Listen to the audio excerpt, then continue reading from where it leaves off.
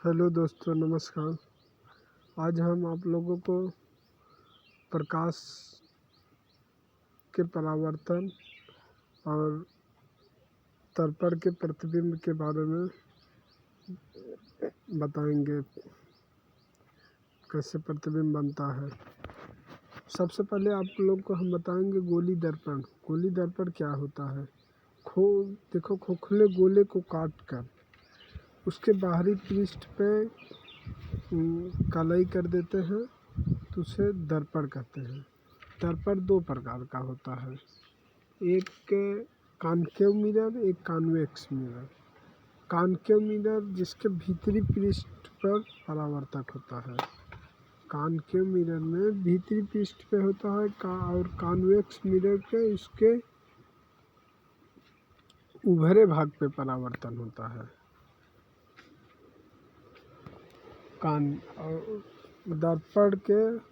दर्पण में कुछ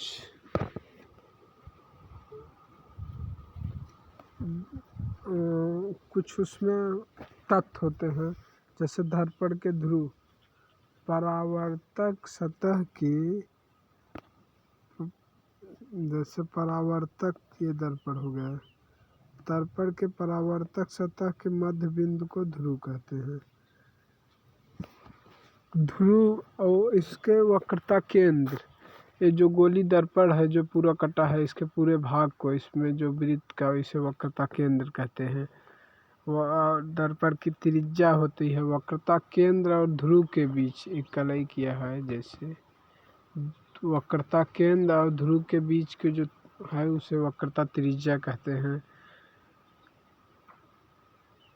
दर्पण का द्वारक दर्पण का द्वारक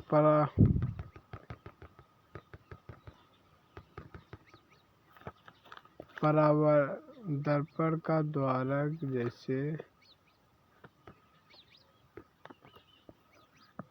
ये हो गया दर्पण। दर्पण परावर्तक सतह के व्यास को दर्पण का द्वारक कहते हैं, यम और यन। जैसे दर्पण परावर्तक सतह के व्यास को दर्पण का द्वारक कहा जाता है।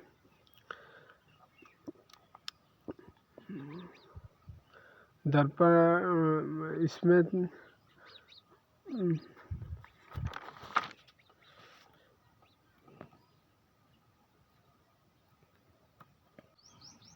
गोली दर्पण द्वारा प्रतिबिंबों का बनाने का आरेखों का तीन नियम होता है। जैसे आप कहाँ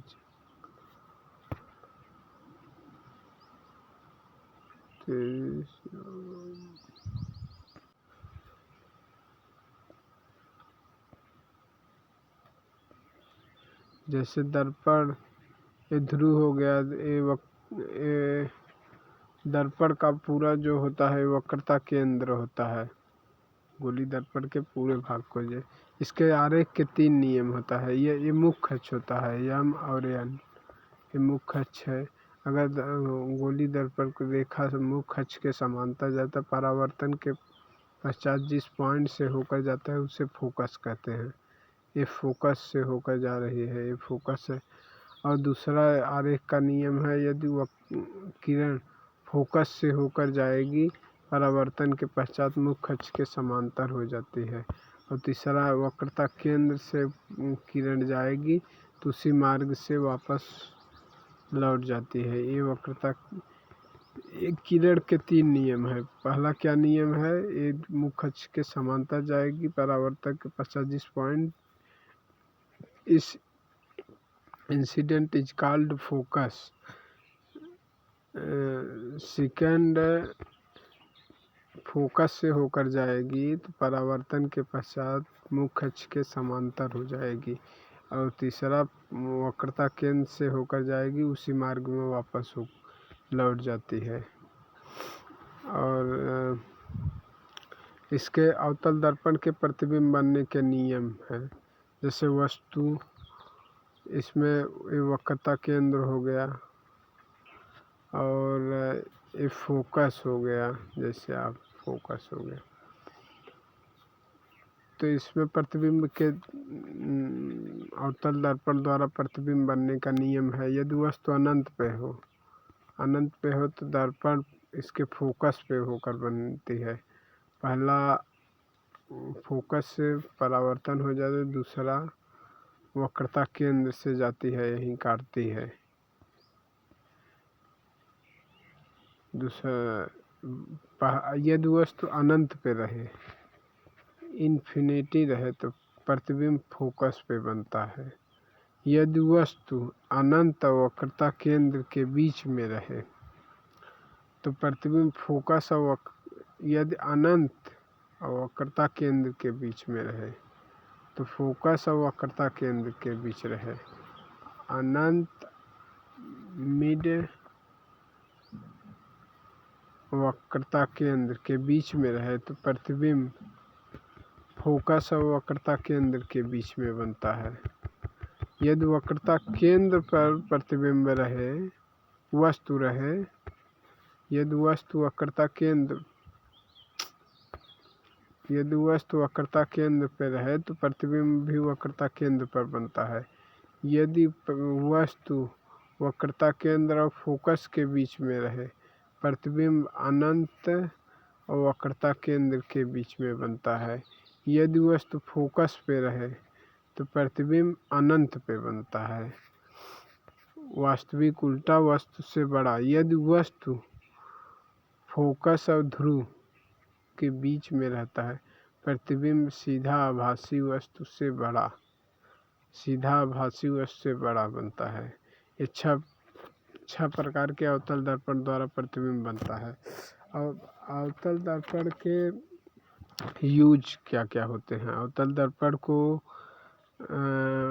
शेविंग करने के लिए, जो सैलून दाढ़ी ओढ़ी बनाने में, और नाई वाई जो काम करते हैं वो अवतल दर्पण का सैलून में प्रयोग करते हैं अवतल दर्पण को। और अवतल दर्पण को डॉक्टर लोग आँख कान नाक जांच के लिए प्रयोग उसका करते हैं। और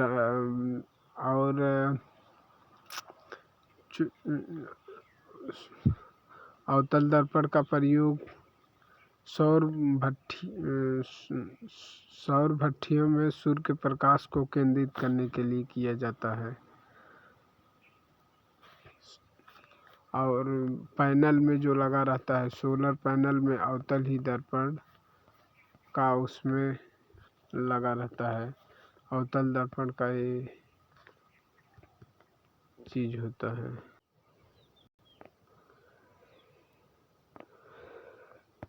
अब बताएंगे उत्तल दर्पण द्वारा प्रतिबिंब। उत्तल दर्पण द्वारा प्रतिबिंब कॉन्वेक्स मिरर। उत्तल दर्पण को क्या कहते हैं? Convex mirror. कॉन्वेक्स मिरर की वस्तु अनंत पर रखेंगे तो प्रतिबिंब फोकस पर सीधा आभासी वस्तु से अत्यंत छोटा बनता है। सीधा आभासी वस्तु से छोटा बनता है। और यदि वस्तु ध्रुव और अनंत के बीच कहीं पर भी रखेंगे, उत्तल दर्पण में दो ही तरीके से प्रतिबिंब बनता है। एक अनंत पे रखेंगे, फोकस पे बनेगा। यदि अनंत और ध्रुव के बीच कहीं पर भी रख देंगे, प्रतिबिंब आपका फोकस और वक्रता केंद्र के बीच में सीधा आभासी वस्तु से अत्यंत छोटा बनता है।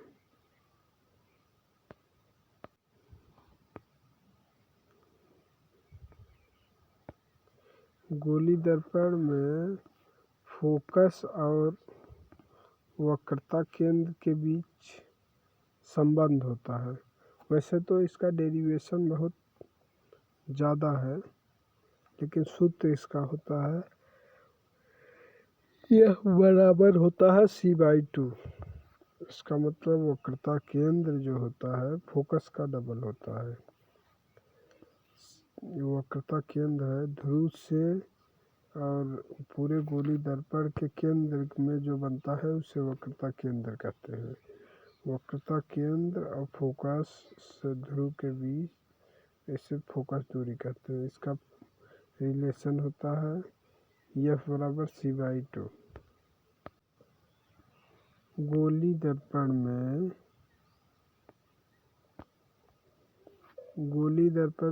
U V F में संबंध होता है 1/F बराबर 1/V प्लस 1/U। इसका ये होता है। अवतल दर्पण में इसका फोकस दूरी नकारात्मक होता है और वस्तु कहीं पर भी रखेंगे, उत्तल दर्पण या अवतल दर्पण में वस्तु भी नकारात्मक होता है।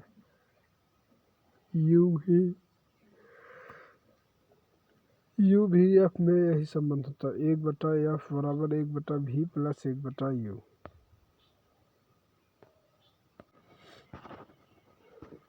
मैग्नीफिकेशन आवर्धन प्रतिबिंब की लंबाई अपान वस्तु की लंबाई के अनुपात को ही रेखीय आवर्धन कहते हैं। प्रतिबिंब की लंबाई वस्तु की लंबाई, और दूसरा होता है प्रतिबिंब की दूरी अपान वस्तु की दूरी। नकारात्मक में रेखीय आवर्धन होता है। रेखीय